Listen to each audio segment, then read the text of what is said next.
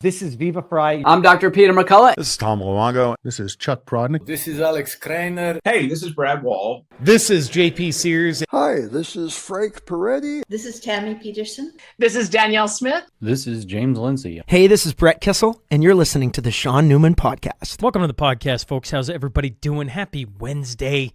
Back in the studio, man. It feels nice to be home. Just feels nice to be home. And all the pressures of not only the 12-hour live stream come and gone, and now the Cornerstone Forum, just like that, it's over. And to be back in studio, back home, saw the kids before I came in to record this, and, a couple more days, and I'll be right as rain, folks. Not that I was ever anything but that. Just a little draggy, just dragging a little bit. We got the Cornerstone Forum. Well, I'll talk about that here in a second. Let's start here. The number of ounces of silver needed to buy an ounce of gold now at near 30-year highs. They say silver is now a bargain price when compared to gold, and it's the perfect time to protect a portion of your savings with silver, and Silver Gold Bull has a wide variety of the best value silver for every budget. Simply text or email Graham for details. That's down in the show notes. Whether you are a seasoned investor or new to precious metals, Graham will work with you to answer your questions and recommend the best products to meet your investing goals. Silvergoldbull.ca, silvergoldbull.com. Just make sure you reference Shaun Newman Podcast while you're doing it. It can get you special deals, and it certainly helps all of us out. Bow Valley Credit Union. They are your Alberta-regulated, fully serviced financial institution and is proud to present the first in Canada gold collateral lending. Now all of you can lend against your physical gold and silver for favorable rates. It's like a HELOC on your gold and silver. And if you don't got any precious metals, they can help you get a loan to purchase that as well. You can email welcome@bowvalleycu to get your bowvalleycu.com, and contact Leanna to get your BVCU membership started today. And you can find them at bowvalleycu.com in general. We got Caleb Taves, Renegade Acres. When it comes to concrete, they do a fine job, folks, and they help support the podcast by doing the community spotlight. And today on the podcast is 3 of the keynote speeches, and the rest of the Cornerstone Forum. Sorry, 3 keynotes. What am I doing here? 3 keynote speeches from the Cornerstone Forum, and I just took 3 in a row and put them in for today, so I give you a taste. And then everything else is going to be half the show is uploaded on the Substack for tonight or today as you listen to this. Sorry, as I'm sitting here, it's uploading. So if you want to go see the show, in its entirety and click on different speakers, that type of thing, it's going to be available on Substack. Part of it is going to be for free. Part of it's going to be behind a paywall. So if you're looking to become a paid member, no better time than sitting on the other side of the country. You couldn't make the Cornerstone Forum. You want to see it. It's all going to be up here hopefully by the end of today. Hopefully the first part is for sure up. The second part, we're just working on fine-tuning, and then it's all there for you.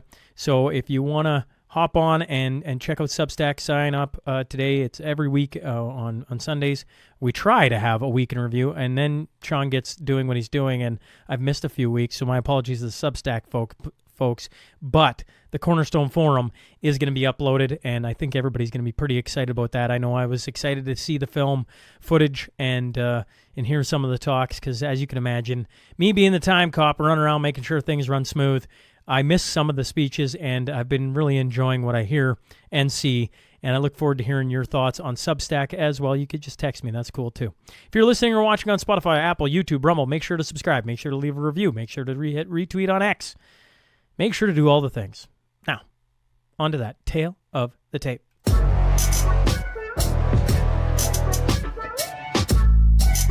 The Cornerstone Forum is an annual event hosted by, yes, yours truly, the Shaun Newman Podcast. And it is an event designed to take a look at the world today, bring incredible voices who not only shape my worldview, but yours as well, and try and chart a path forward in the coming year. Today's speakers on the show are Chace Barber, Caylan Ford, and Rod Giltaca. So buckle up. Here we go.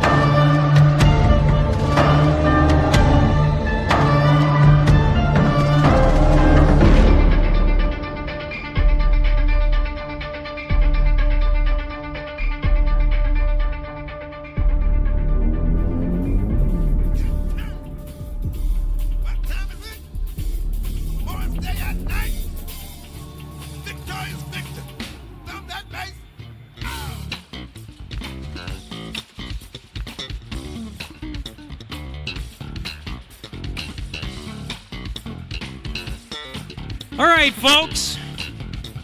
It has come that time where a year later,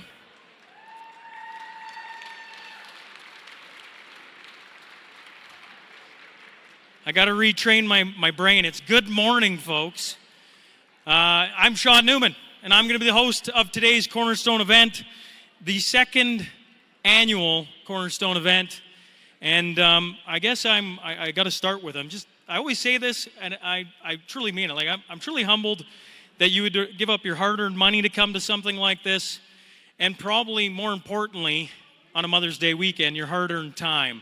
So thanks once again for making it and entrusting me to give you something, hopefully, that you'll remember for the days ahead.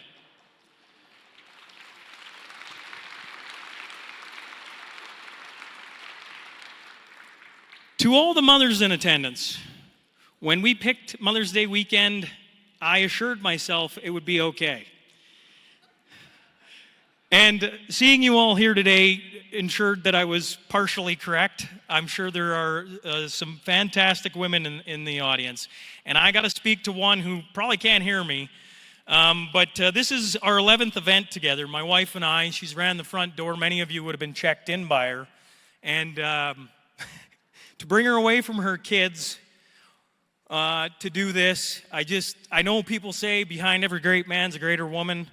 And I truly am a testament to that saying. She is fantastic. And I could gush on, but I just want to give a round of applause to all the moms in attendance on Mother's Day weekend.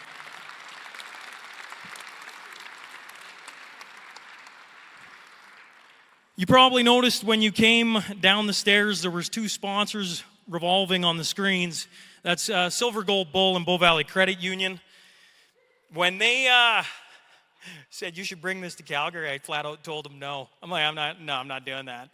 And I'd done an event previously outside Lloydminster, and it took years off my life. The stress and just, it wasn't that much fun for me. And so I told them all my problems, and they kept, just come down. So I got to give credit, where credit's due, and that is to Silver Gold Bull and Bow Valley Credit Union. They're the reason this is a possibility. They twisted my arm in the best possible way and found a way to bring the Cornerstone Forum to Calgary. So a round of applause for Silver Gold Bull and Bow Valley Credit Union.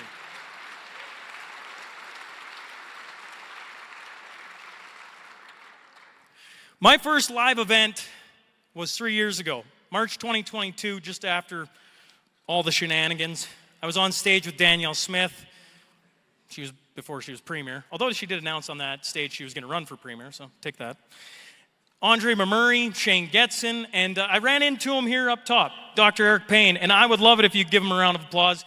Dr. Eric Payne still, to this day, holds a special place, not only in the downloads of the podcast, but just what he came on and talked about at a very critical time, I think, in a lot of, I know my life, and I assume others as well. That show, back in March of 2022, I remember thinking, days before, I missed the feeling before a big hockey game. I'd played hockey all my life, and it's a special rush to step out on a clean sheet of ice, fans in the stands, and every hit, a goal, at home. I missed it, and I walked on stage that night, and I found it again. I was like, holy crap, here it is. It's this surreal feeling to be in front of a live audience. And it shocked me back then, and I thought, my new home is the stage. The ice rink has become the stage, and I said it that night. So you fast forward 3 years, as the stage has become my new rink, and I can't tell you how surreal it is to be in an arena, on an ice floor, with all you in attendance, to have some of these amazing speakers here who've shaped my worldview, and I'm sure a lot of you out there. I want to have just a quick round of applause for all the speakers. You got people from all over the world, so if you give them a round of applause for giving up a weekend to be here with all of you.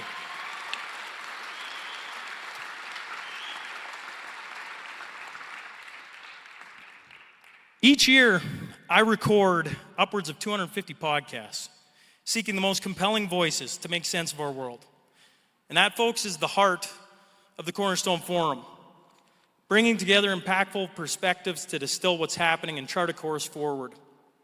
And I often see life as a voyage, where, like tales of the old, we must brace for approaching storms. And here in Canada, well, the Liberals have secured their 4th term. Mark Carney serves as our Prime Minister. And I think in a lot of the conversations, there's a growing West-East divide. And that's just the tip of the iceberg. Well, you could say the stress in our country is real. It's real in my life. And one of the ways I've found peace and wisdom has come through reading the Bible. This morning I flipped it open, and Proverbs 10:25 told me, when the storm is swept by, the wicked are gone, but the righteous stand firm forever. And furthermore, Proverbs 3:5-6 urges, trust in the Lord with all your heart, lean not on your own understanding. In all your ways submit to him, and he will make your path straight. For those not driven by faith, no worries. My wife can attest to this too. I love a good time travel movie. To Tom Luongo, we've talked about Christopher Nolan. He had a great one, Tenet. And one of his characters, Neil, says to the protagonist, what's happened's happened. It's an expression of faith in the mechanics of the world. It's not an excuse to do nothing. So today we're here to act, to learn, and to chart a path forward together. And you're going to find on your schedules in front of you, I've got a tough job ahead of me. I want to make sure your time's well spent, and I'm committed to making that happen. So let's get started, shall we?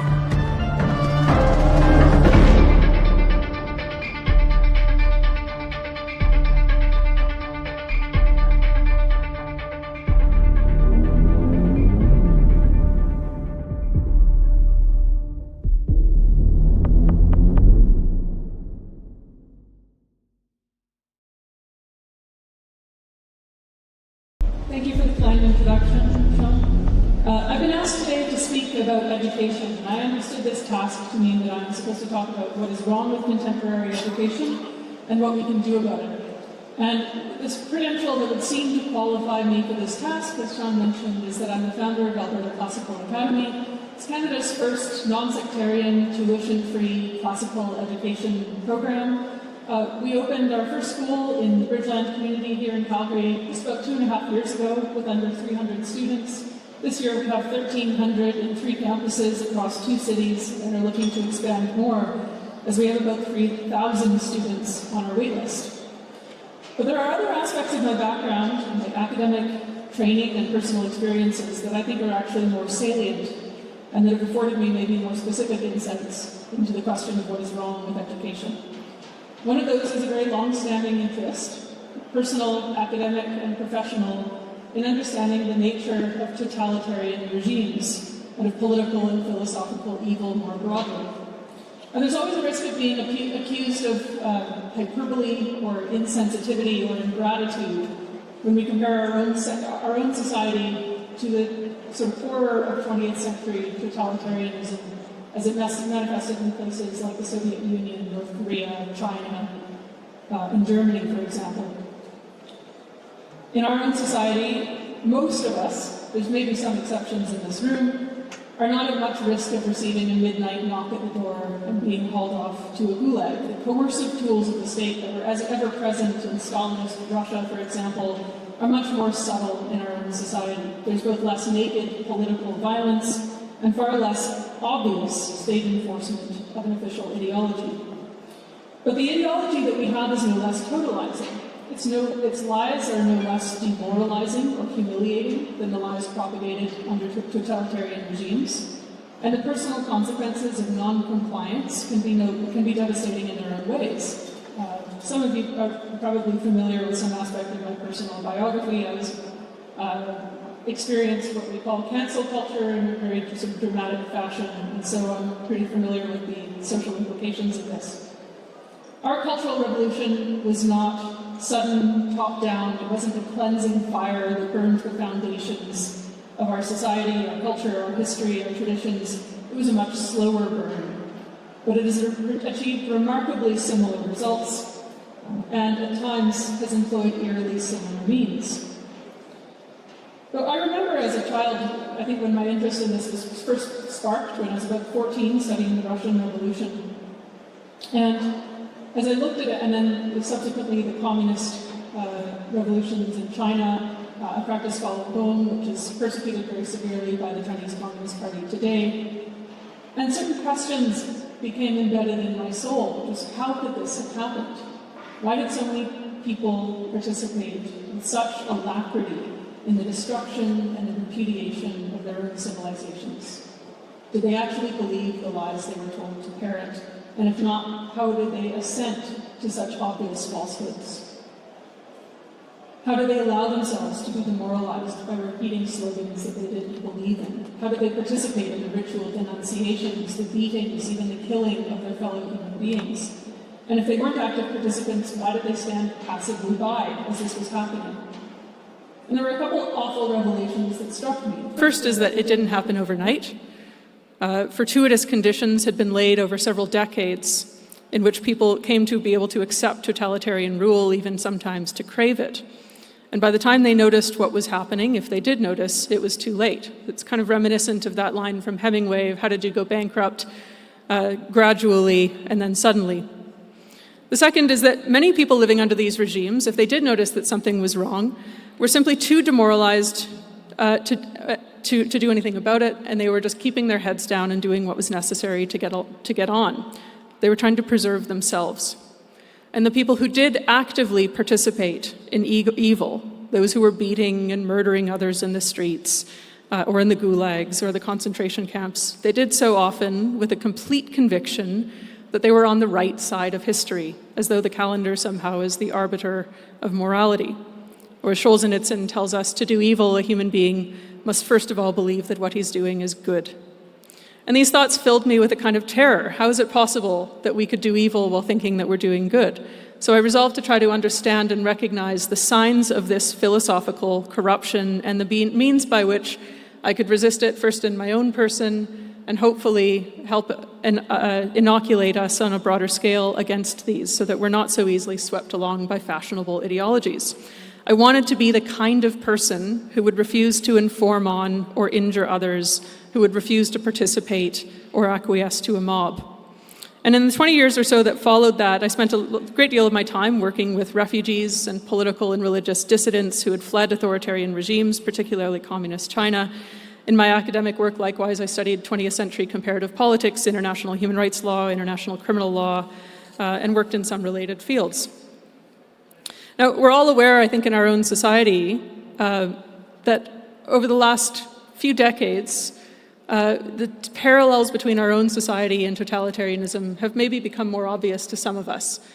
Prescient thinkers like Václav Havel and Solzhenitsyn saw this many, many decades ago, but it took me a little while longer. An example of this, for example, is in the academy. The truth-seeking mission of the university, for example, has largely been supplanted as the teleological goal in favor of something like the remaking of society along certain abstracted ideas of what justice should look like, not how it does look. It's kind of reminiscent of, Marx had that famous line about how the philosophers have hitherto only interpreted the world in various ways. The point, however, is to change it. This is Marx's idea, right? So we're not trying to apprehend reality. We're not trying to describe what is true. We're not engaged in what Eric Voegelin calls the loving philosophical endeavor to apprehend the order of being and attune our souls to it.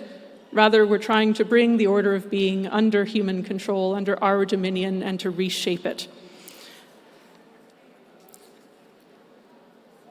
Well, also, I think many of us are familiar, as I alluded to, the demoralizing lies of our own society. Again, this is sort of low-hanging fruit. A very obvious example is the corruption of language as it relates to biological categories. We talk about pregnant people and uterus havers, and the idea that men can become women and vice versa, and this is sort of official doctrine.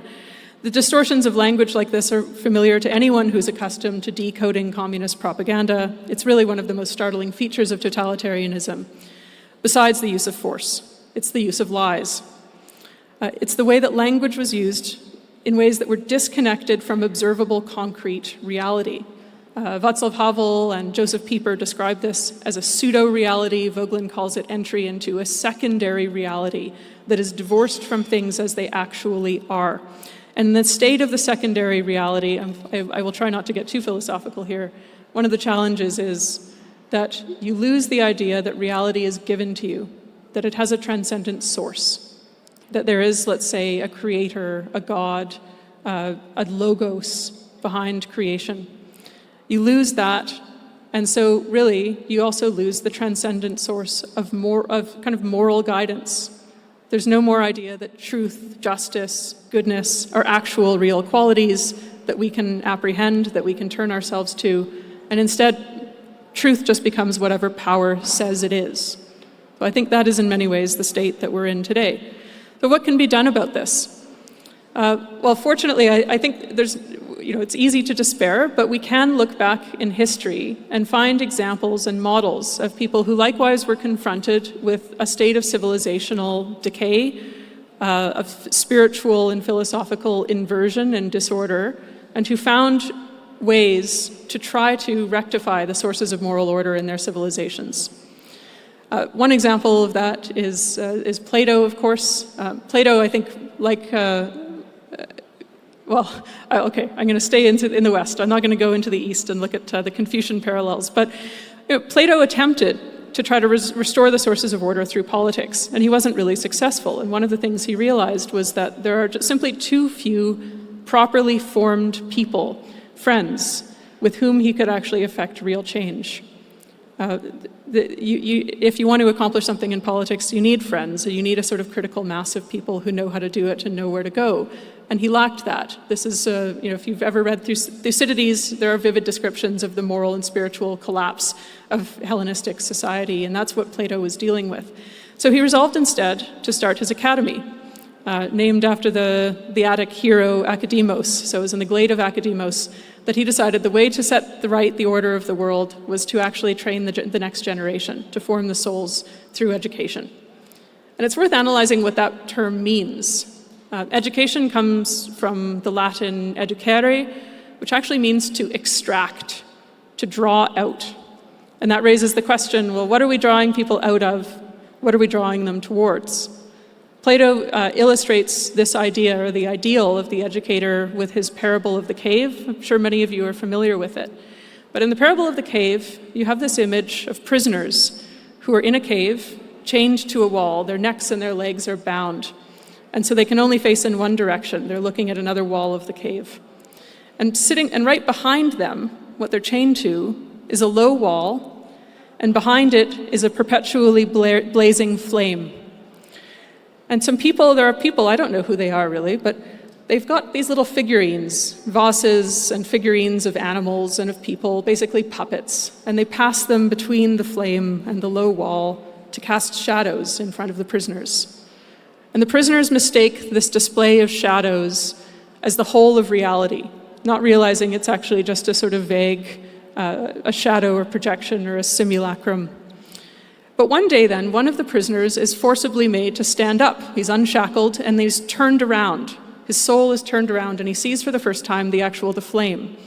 And this is very startling. It pains the eyes, if you're accustomed to darkness, to suddenly see the source of light.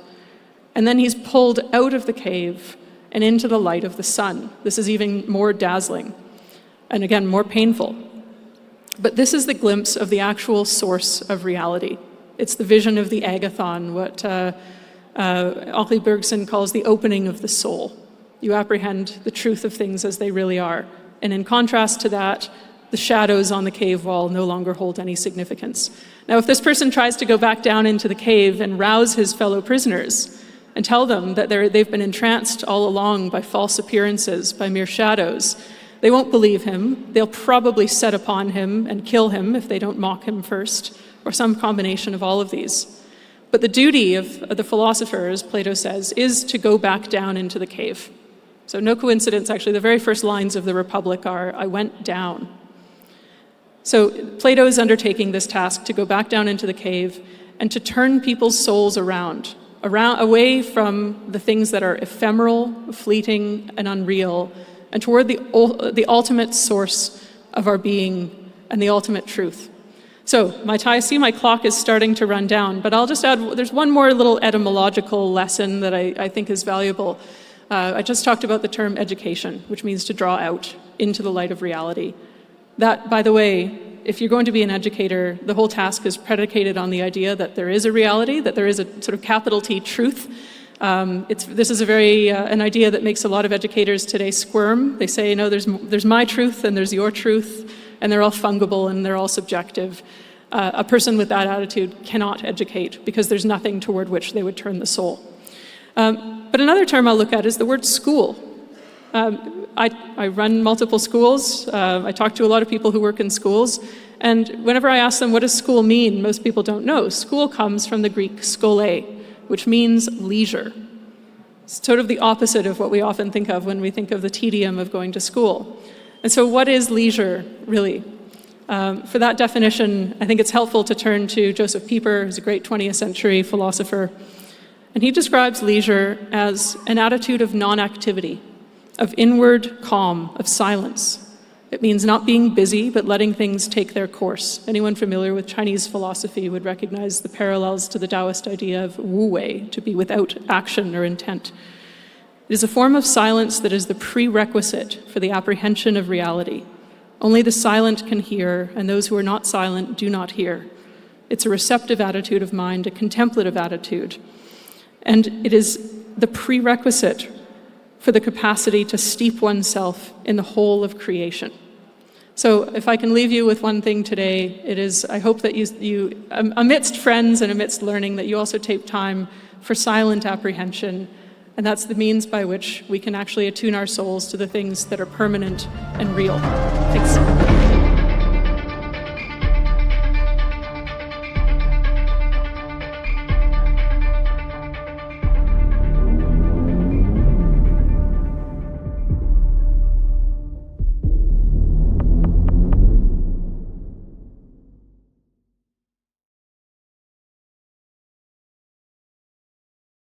This is honestly way worse, too, being in front of everyone, because normally when I'm just doing the podcast with Shaun, I'm just looking at Shaun, but I get to look at you guys. And, well, so to get started, my name's Chace. I'm with Edison Motors, and basically my story is about 3 years ago, we decided to build our own trucks. We were looking at electric trucks, and I saw a lot of the benefit of these trucks. There was definitely some benefits of electric. I like the 1,000 horsepower. 1,000, 1,200 horsepower, that's what I wanted. But we saw that there was an issue with that involving range. And we're hauling logs, and one day we looked over at the old Letourneau log loader. I used to haul logs out of Merritt. We were hauling into Aspen Planers, and I looked at this old Letourneau log loader, and they had 3 of them. One was built in 1967, one was built in 1969, the other one was built in 71. So these trucks and these machines are over 50 years old, and they were all diesel electric. So they were full hybrid machines. They had electric drawworks, electric hub drive motors, and they had an old Detroit diesel generator to power everything. They were super efficient. These trucks were 50 years old. They were still unloading 200 trucks per day. Then we started looking into freight trains, and those were all diesel electric, and it suddenly occurred to us, well, why don't we just do that for electric trucks? I mean, if freight trains have been doing it since the 1930s, how hard could it be? And we decided, well, that none of the other manufacturers were building a truck for us. I saw the advantages being a logger out of BC with these trucks. We're going uphill empty. We grab the logs at the top of the hill, and we have all that regenerative energy when we're coming down that we can recapture that energy coming down to store it into the batteries to keep moving. And then when you need to get a little bit of extra range, the batteries get low, you fire up that diesel generator, it recharges the batteries, and it goes to the mill. But nobody was doing that. Everyone wanted full electric, has to be 100% zero emissions, or it has to be hydrogen or something. Like, well, let's just copy that old Letourneau. If RJ Letourneau could build it in the 1960s, I'm sure we could probably figure it out. And, well, how hard could it be? Turns out it was very hard, really, really hard, way harder than you would think. But we built a couple prototypes, and the first one kind of sucked, really sucked. And the second prototype did a little better, still sucked a bit, but it was an improvement. And we were able to take that truck out to customers. We were able to show them how it worked, let them drive it, let them pull some of their loads around. They could see the power, they could see the torque. We were showing a 30 to 40% reduction in fuel cost in some of these operations.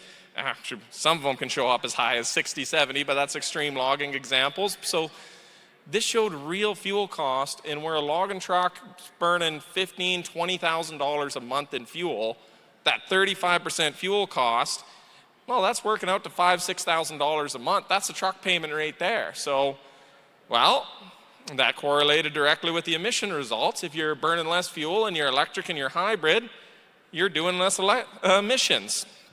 And then it got on to our second point why we started this company is, and why I've been very vocal on YouTube and we've been trying to show how it works, is there's a lot of the ways that the industry is going that I don't like. You see these trucks, you see tractors, you see heavy equipment, you can't fix them, you can't repair them. You buy them, a $400 sensor goes out, shuts your whole machine down, you need a computer program that's $30,000 to fix the sensor and plug it back in. And this is a trend that's been continuing in the trucking and the heavy equipment industry for a long time, and this planned obsolescence, lack of right to repair. And all of a sudden realize, like, if this equipment is built in the 1960s, 1970s, and they've been maintaining it and repairing it, it's pretty reliable. And when you fundamentally look at electrics, like, trust me, if a bunch of loggers, like, we built these trucks in my parents' backyard. If a bunch of truckers and loggers could figure out how to build this in the parents' backyard, there's no reason you need a bunch of specialized tools and specialized parts and knowledge. Electric motor is, after all, it's a big piece of copper wrapped around a magnet with two bearings. There's not a lot that really can go wrong.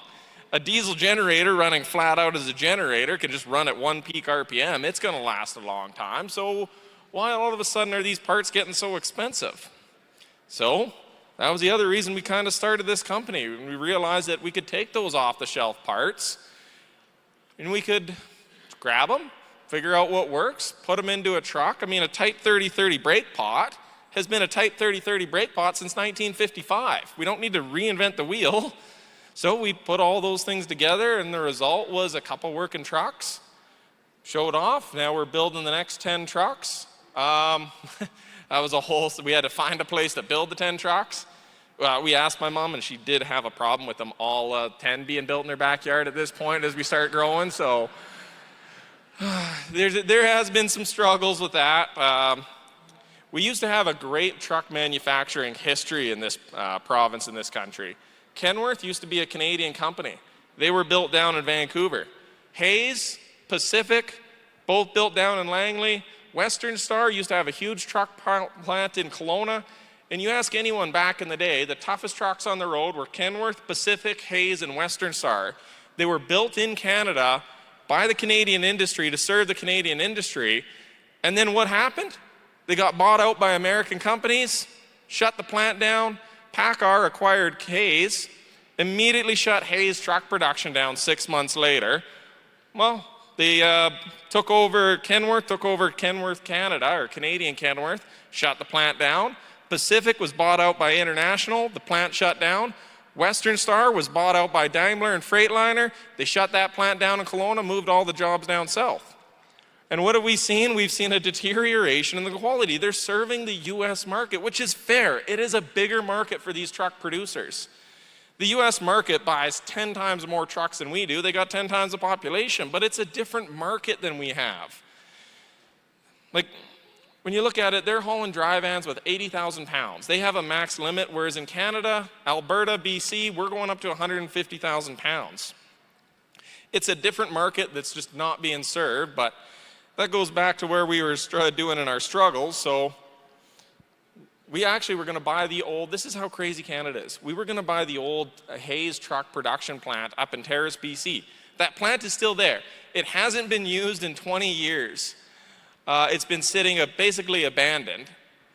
And we went up there, we struck a deal, we had the financing lined up with an investor who was going to fund the project, fund us to bring that Hayes truck production factory back up to snuff, get her going. And then what does the Terrace local government say? We don't want to see manufacturing here. No, we're not going to approve your business permit. We do not want to see manufacturing in our city. That's not the look we want.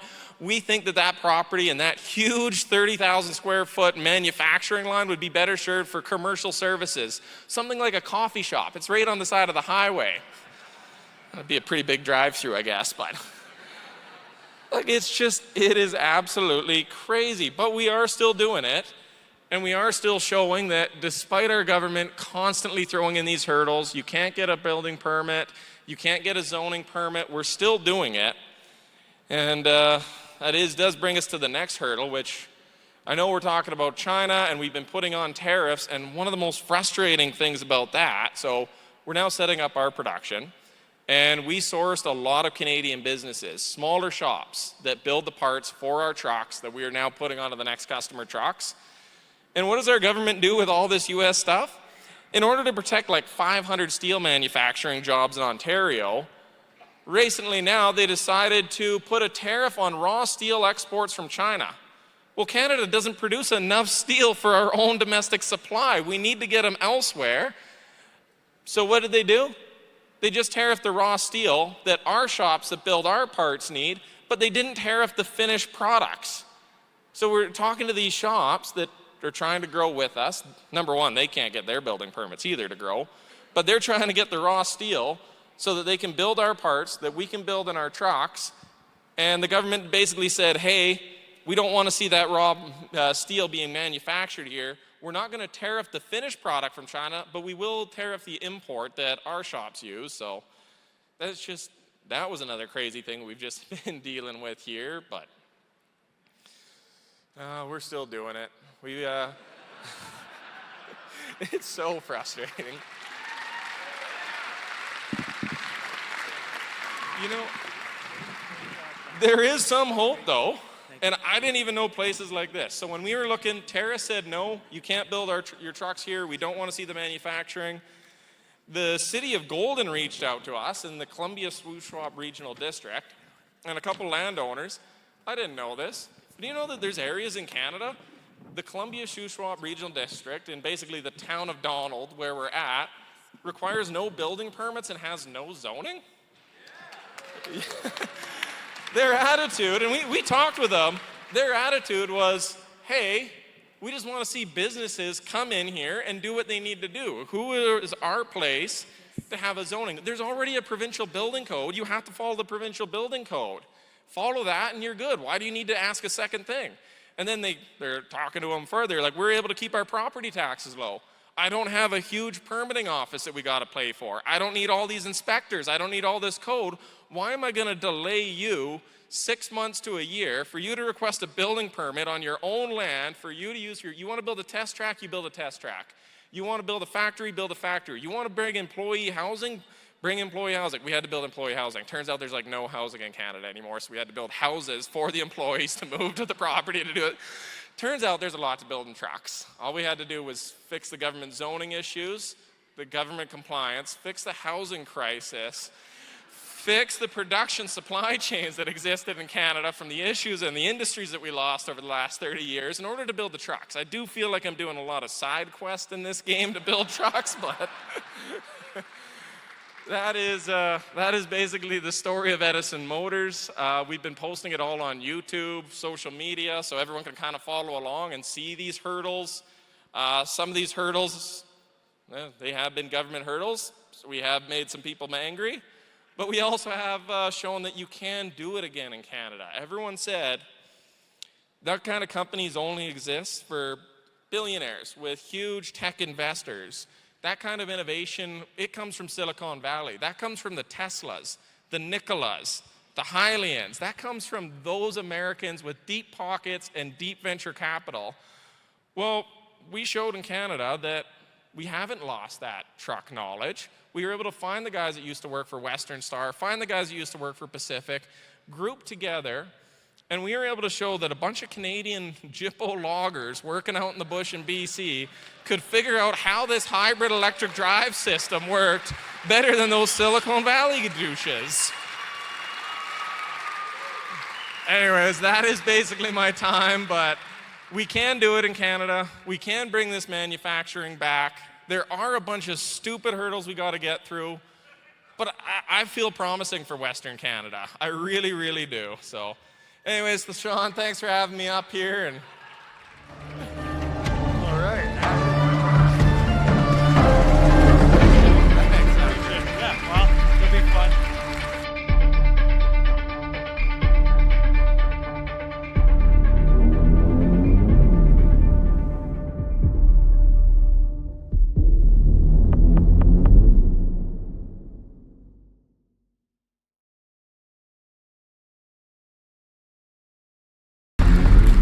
Good afternoon, good morning. We're still morning, I think. Close enough. So I really appreciate the opportunity to chat with you guys today. It's a real honor. Although when I was watching everyone else, I was like, how am I going to do a mic drop when the mics are mounted to this thing, which was my plan at the end. But anyway, I'll come up with some other interesting way to end it. So the theme of this panel or these conversations is, well, as Shaun had told me, was solutions in a world of problems. And we have a couple problems. I think I'm not alone in thinking that. And of course, I'm with the gun lobby in Canada, and we think that firearms are an important part of a free and equitable society. And there's a way that you can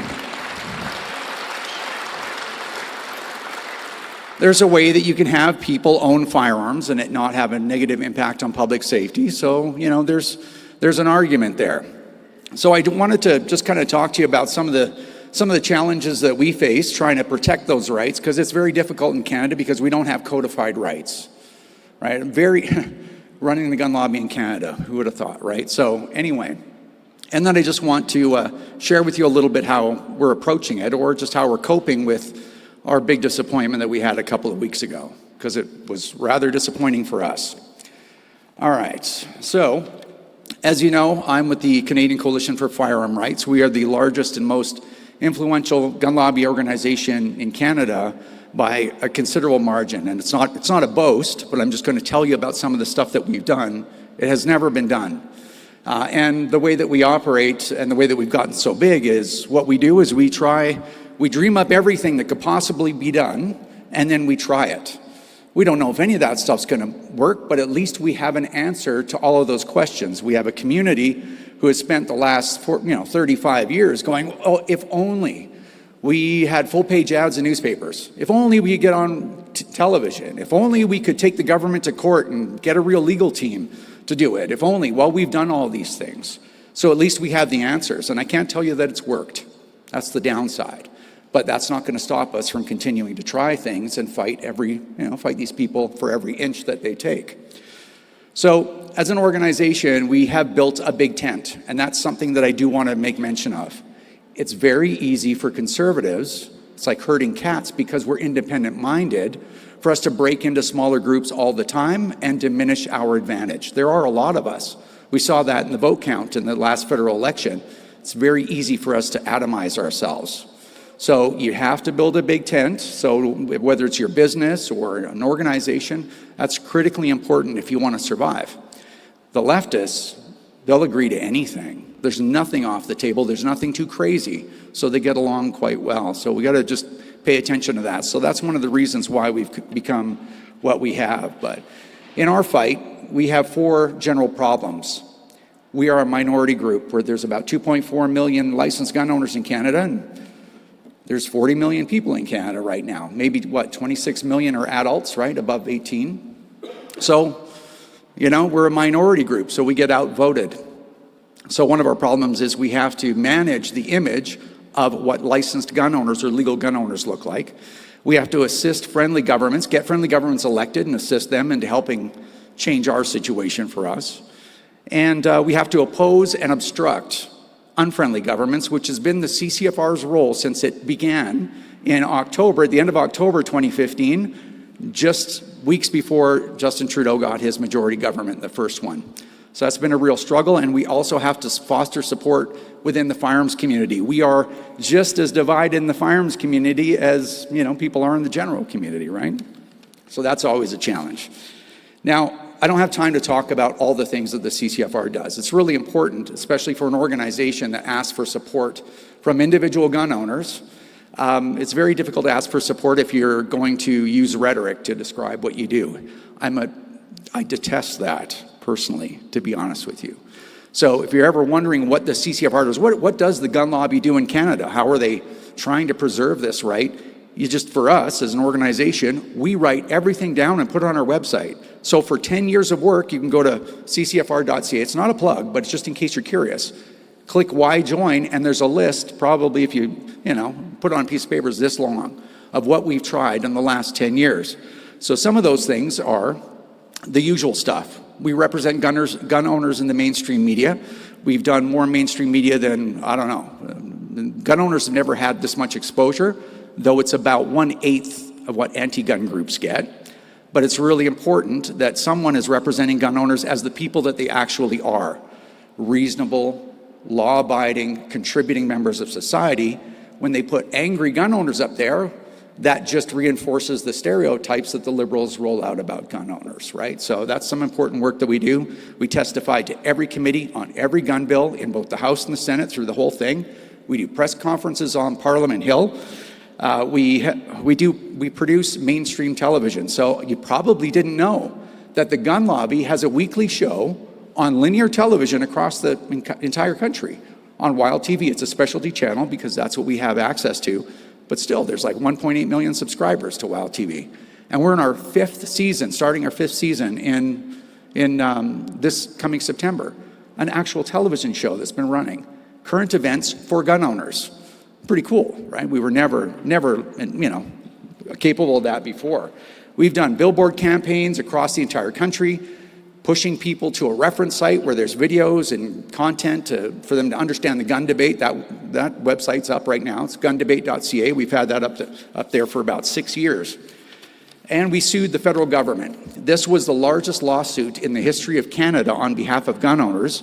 We put together a team, in fact, right from Calgary, JSS barristers, of constitutionally experienced lawyers to go against the government for, and I'm going to paraphrase all this because I don't have a lot of time, for property rights to determine whether we got them, for defense with a firearm, there was a question there as well, and also addressing the government's overreach, abuse of a legal tool that they have called an order in council. If you're a gun owner, you know all about OICs. The federal court, total overreach. The federal court determined that the government can do whatever it wants. We spent $3 million, not because we wanted to waste money, because we didn't want to walk away going, oh, if we spent a little more, maybe we would have won. We went all the way and the way it was supposed to be done. We went to the Federal Court of Appeal, and a month ago we got our verdict. Court of Appeal says, we're not going to interfere with what the government wants to do. So we may have lost those cases, but now you have your answer. You cannot run to the courts unless you are a criminal, right? When the criminals are in trouble, the charter gets pulled out, and it's like, you can't violate this. But when just normal people go to the courts for help, you're not going to get anything from them. So at least we have an answer. And then, of course, just in the recent election, the CCFR spent about $450,000 as a third-party advertiser. The gun lobby's never had those kinds of resources or those kinds of skills to be able to get Carney attack ads during the Stanley Cup playoffs through Rogers Sportsnet and Chorus and Bell Media. So in the news, on CTV, Global News, we spread ads all over the place, plus another $100,000 Get Out the Vote campaign targeted at hunters to get them interested. So we've done a lot of stuff, and that's probably, 5% of what we've done. I can't tell you that it's worked. It may have moved the needle a little bit because Carney and the Liberals didn't really bring up gun control at all in this election, which is interesting. That's the first time that ever happened. So maybe they're seeing a diminishing return on using gun owners to scare urban voters. And that's a long game. So all this to say, and this is important, we suffered a pretty big disappointment. And I just want to kind of lay this out for you. I think I might have enough time. So when we started the CCFR, we wanted to do all this work that the gun lobby wasn't doing. And there was a lot, right? And building that big tent and attacking the problem that way, we got a lot of support, which is great. But we thought in 2015, especially with Justin Trudeau, right? Like, the kind of person he is. He's a screw up, right? But he is. He's just a loser. And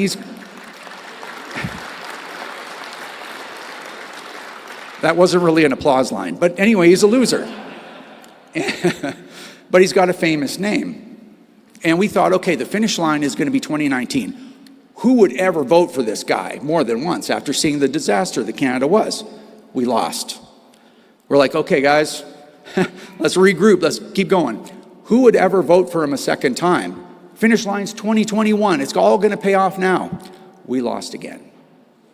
And it's like after COVID, after everything, the division, the anger, all this stuff, the Liberals will not get elected. 2025, that's the finish line. We lost again. So now, of course, even me, somebody that's pretty resilient to this kind of stuff, I'm sitting there thinking, okay, well, do I resign? Do I go back to what I was doing before the CCFR? Do we fold the whole thing up? Like, you really feel like you failed. And so, luckily, I'm pretty resilient to that kind of stuff. So I was down about that for about 6 hours, and then I'm like, okay, we got to pivot. Because the way to truly lose is to stop fighting, right? That's when the verdict is in. You lost.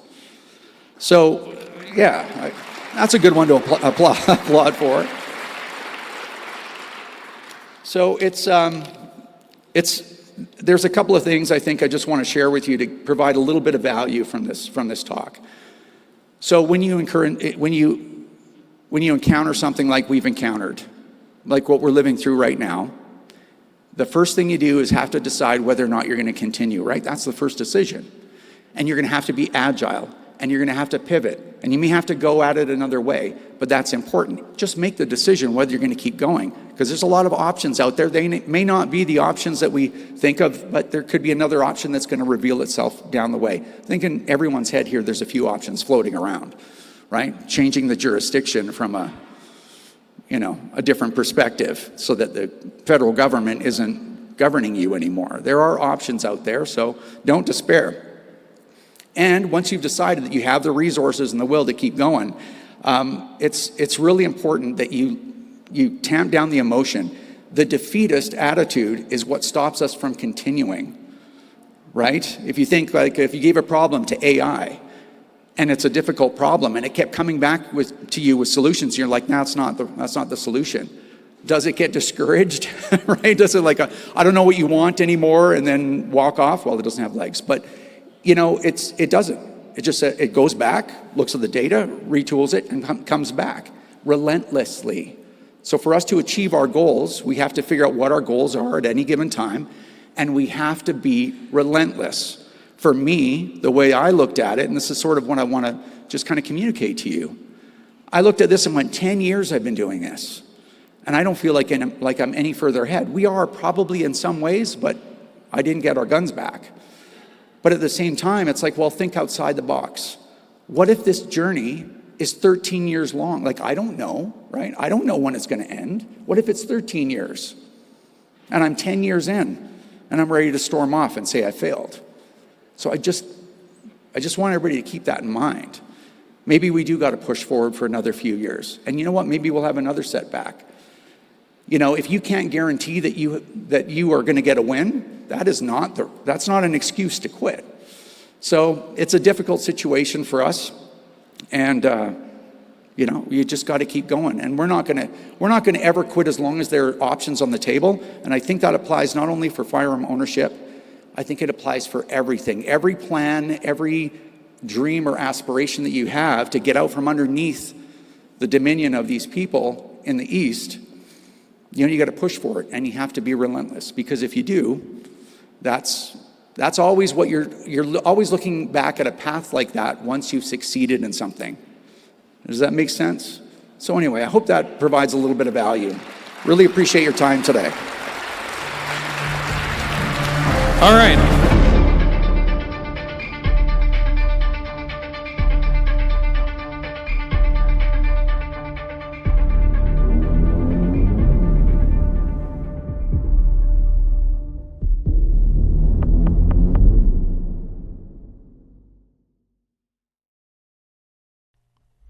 Hey folks, that'll do it for today's episode. It was obviously 3 of the keynote speeches from Saturday at the Cornerstone Forum in Calgary.